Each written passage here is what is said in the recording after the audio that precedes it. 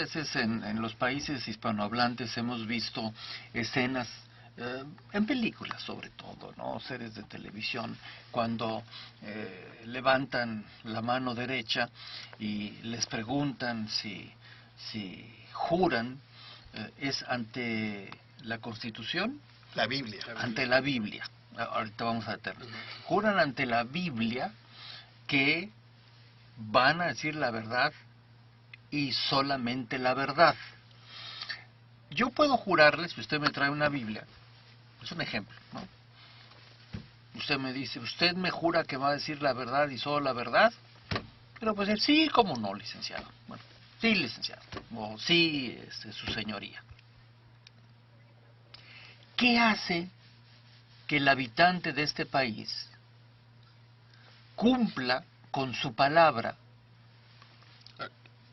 Hay un castigo al final del día, ¿no? Es un castigo. Si no cumple, o sea, es simbólico el hacerlo enfrente de una Biblia, más sin embargo, si incumple su palabra, no es que viole las reglas de Dios.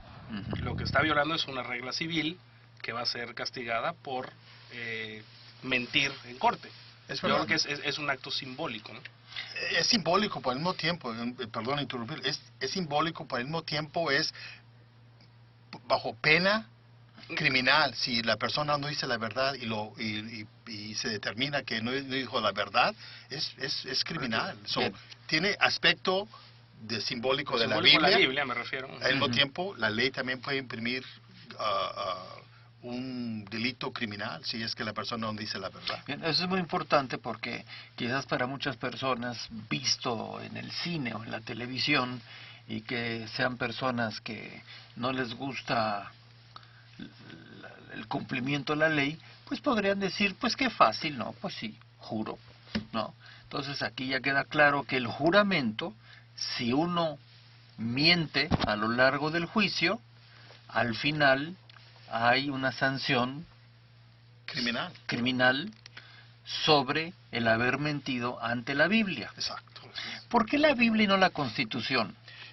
Yo creo que eso también vino de Europa, de Inglaterra, del concepto de que uno puede decir mentiras o puede negar ciertas cosas ante un símbolo de gobierno, pero sería más difícil decirlo contra el concepto de Dios, que uno piensa que le teme más a Dios que al gobierno.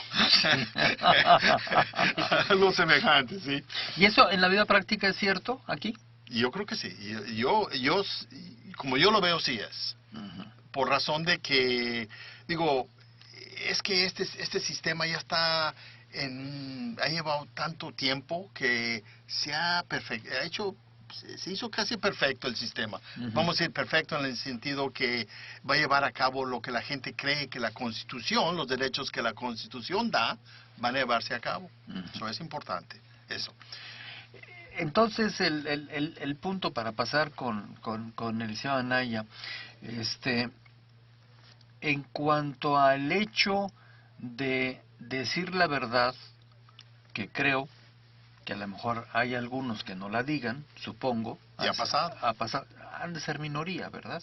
Absolutamente. Bien, yo me imagino que este hecho vino a transformar la actitud mental de la persona que tiene que hacer una declaración, que participa en un juicio, y de alguna forma se está comprometiendo no necesariamente con usted o conmigo o con el de enfrente, sino se está comprometiendo ante Dios. Es un elemento que por lo pronto ha funcionado. Estoy jurando ante Dios que voy a decir la verdad del asunto que vamos a tratar. Exacto. Ese es un punto. En el caso de nuestros países hispanoamericanos, ¿esta figura la tenemos? En el caso concreto de México, no. Entiendo que hay otros países hispanoamericanos que sí manejan en cierto tipo de legislaciones los jurados, pero en México no. ¿Por qué? Bueno, de entrada el sistema no está creado para eso. El sistema de en México es 100% escrito. Tanto tu defensa como tu acusación tiene que ser por escrito, es evaluada por jueces y vas subiendo de instancias, ¿no? Sí. Pero la regla es por escrito. No tienes, hay ciertas instancias dentro de los juicios en donde te permiten, digamos, dialogar con el contrario, que es un careo, puede ser, pero no estás en presencia de ningún ente civil. Todo queda en manos del juez que te está evaluando tu juicio, y no hay cabida dentro de las leyes actuales para que se juzgue a través de un juzgado civil. Ahora, la misma pregunta que le hacía al licenciado Dili. Ya me explicó que en el caso de los países hispanoamericanos, en general es una denuncia por escrito y todo el proceso casi se lleva por escrito. ¿Dónde se origina ese concepto, a diferencia del concepto que nos menciona el licenciado Dili? ¿Dónde tomaron dos caminos diferentes? Bueno, de entrada es el Commonwealth, la legislación americana, es una legislación de origen más europeo, en donde las diligencias son mucho más expeditas. Dentro del lado mexicano, o del derecho mexicano, pues se toma, se deriva de estar recopilando leyes de toda habla hispana, de toda América Latina, y la verdad es que todas las leyes civiles o de orden comercial o de orden mercantil derivan, sí, muchas del sistema romano, del derecho romano, pero muchas ya se aplicaban en América Latina en su momento. Entonces son copias de lo que va pasando en diferentes países de habla hispana. Entiendo dentro de mi perspectiva que la intención de los legisladores o del constituyente cuando establecen que los juicios sean escritos es porque puede haber cierto hermetismo en la revisión de un caso, sí, en donde los juzgadores van a tener de propia letra y puño del interesado sus causas, y así el que se esté defendiendo igualmente tendrá el tiempo para sentarse, responder, reunir sus requisitos y ponerlo en blanco y negro por escrito. Yo creo que el fondo de tener así el sistema de derecho es para darle también claridad. Yo creo que los dos están buscando al final del día claridad dentro del proceso. La gran diferencia es que el proceso escrito pues te lleva mucho tiempo, sí, desahogarlo. El proceso con jurados es un poquito más expedito, se acelera más por el simple hecho de tener gente opinando en un juicio, y yo creo que esa es la gran diferencia entre las dos, ¿no? En materia de tiempos, nada más un detalle. Yo sé que cada caso es diferente, pero si pudieran los dos decirme ¿cuál es el promedio que tarda un juicio en los Estados Unidos? Yo sé que la pregunta es muy amplia, licenciado Dili. ¿Cuál es el promedio que se tarda un juicio mediante este sistema más bien hablado y de presentación de pruebas ante un jurado que finalmente decide, y el modelo hispanoamericano en general, donde es a base de escritos, como escuchamos al licenciado Anaya Tena, y el juez es el que va acumulando con sus ayudantes, su personal, va acumulando todo lo que va requiriendo, y al final ese grupo de personas, pero el juez es el que da la cara, dice: usted es el culpable, tan, tan, tan, tan, tan. Algo muy importante que tenemos que discutir, porque si vamos a agarrar el concepto de los dos países, ambos países, en Estados Unidos el concepto es adversario. En otras palabras, dos partidos tienen problemas, están averiguando, es adversario, cada partido tiene su abogado, en asuntos civiles vamos a decir. El tiempo que se tarda es en la preparación de los dos lados, y se anuncia al juez, ya estamos listos para presentar la causa. El juez todo lo que es realmente un juez determina bajo reglas de evidencia, de procedimientos, etc. ¿Es como un árbitro? Es como un árbitro. Él nomás está escuchando. El jurado es el que va a hacer la decisión, no el juez. Ujú. Solamente, A diferencia de nuestro método. solamente que uno selecciona que el juicio se presente nomás con un juez, que es muy raro, muy raro. Pero se puede. Se puede, pero 99% de las veces se presenta ante un jurado. Eso es adversario.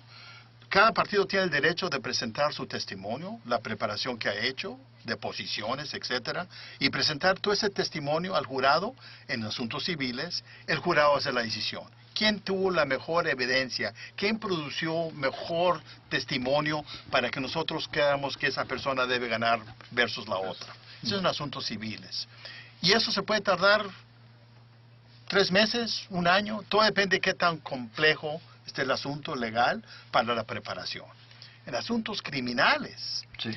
hay 2 cosas, por razón del concepto inicial, que la gente que vino de Inglaterra, de otros países, querían sus protecciones bien protegidas. Bueno, en asuntos criminales, la primera cosa que pasa, y esa se me hace a mí muy importante decir, generalmente, vamos a decir en México, otros países latinoamericanos, cuando uno le llama a la policía es no para la protección del policía, sino que el policía viene a hacer investigación, a hacer lo que tiene que hacer. El fiscal, que es el que lleva la causa criminal, es el que está encargado de juntar todo el testimonio, la evidencia y todo, y presentarla primeramente a un gran jurado. Que el gran jurado no hace la determinación que si la persona es culpable o no culpable. Simplemente el gran jurado determina que si hay suficiente evidencia contra ese individuo de llevar la causa a juicio. So, el siguiente nivel después de eso es cuando se presenta el testimonio en frente de un jurado. Y es importante determinar que en cosas civiles, como no es cosa penal, que va uno a sufrir la pena de ir a cárcel, el testimonio, lo que se dice es, la persona que tiene el 51% de lo que se puede creer es el que va a ganar. En asuntos criminales, tiene que el fiscal presentar la causa de tal manera que no queda duda, o que si la duda es una duda pequeña, que fue la persona culpable.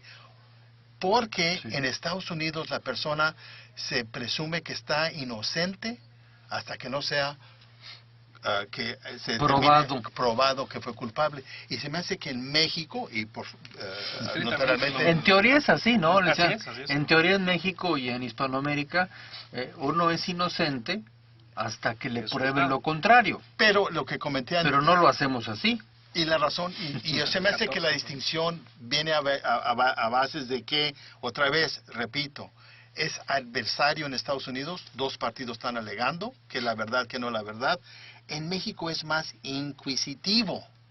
En otras palabras, el juez está preguntándole al fiscal, vamos a decir, al policía, los testigos, etcétera, para determinar que si hay derecho, que él va a hacer una decisión bajo esa inquisición que hizo para determinar que si la persona es culpable o no. Y casi la misma cosa en asuntos civiles. Eso sí se presume que la persona es inocente, en teoría. Pero como es inquisitivo en vez de adversivo, esa es me hace que la diferencia. Y que es la razón que en Estados Unidos, por razón que es adversario, la persona tiene el derecho de pelear, de presentar, de juntar testimonio, testigos, etcétera, a favor de la persona.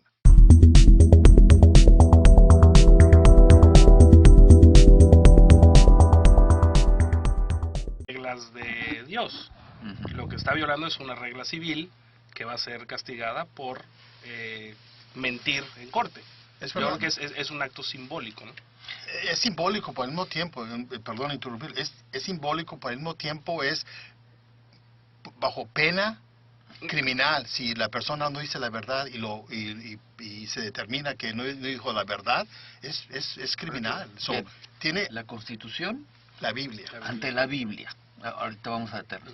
Juran ante la Biblia que van a decir la verdad y solamente la verdad. Yo puedo jurarles, si usted me trae una Biblia, es un ejemplo, ¿no? Usted me dice, ¿usted me jura que va a decir la verdad y solo la verdad? Pero pues el sí, como no, licenciado. Bueno, sí, licenciado. O sí. Aspecto de simbólico de Simbólico la la Biblia. Biblia, me refiero. Al mismo Ujú. tiempo, la ley también puede imprimir un delito criminal si es que la persona no dice la verdad. Bien, eso es muy importante porque quizás para muchas personas, visto en el cine o en la televisión, y que sean personas que no les gusta el cumplimiento de la ley, pues podrían decir, pues qué fácil, ¿no? Pues sí, juro. Y su señoría.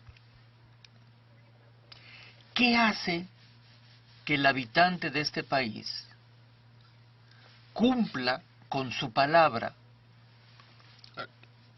Hay un castigo al final del día, ¿no? Es un castigo. Si no o sea, es simbólico el hacerlo enfrente de una Biblia, más sin embargo, si incumple su palabra, no es que viole las reglas.